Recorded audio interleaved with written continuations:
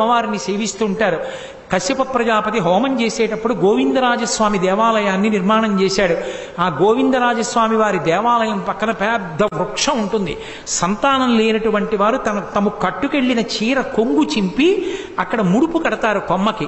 కడితే ఖచ్చితంగా సంవత్సరంలో మళ్ళీ పిల్లల్ని ఎత్తుకుంటూ ఉంటారు. దాన్ని సంతాన వృక్షము అని పిలుస్తారు. అశ్వత్థామ గుహలు అని అక్కడే గుహలు ఉంటాయి.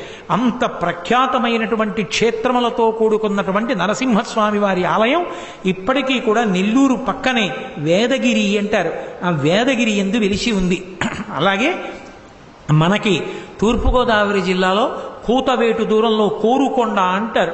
కోరుకొండ అనడానికి కారణం ఏమిటంటే ధాన్యాన్ని రాశిగా పోస్తే ఎలా ఉంటుందో ఆ కొండ చూస్తే అలా ఉంటుంది. ఇప్పటికీ మధురపూడి విమానాశ్రయంలో విమానం ఎక్కడానికి ఎడుతూ తల పక్కకి తిప్పితే కనపడుతుంది కోరుకొండ. ధాన్యపు రాశి పోస్తే ఎలా ఉంటుందో అలా ఉంటుంది. పారిజాత వృక్షములు ఎక్కువగా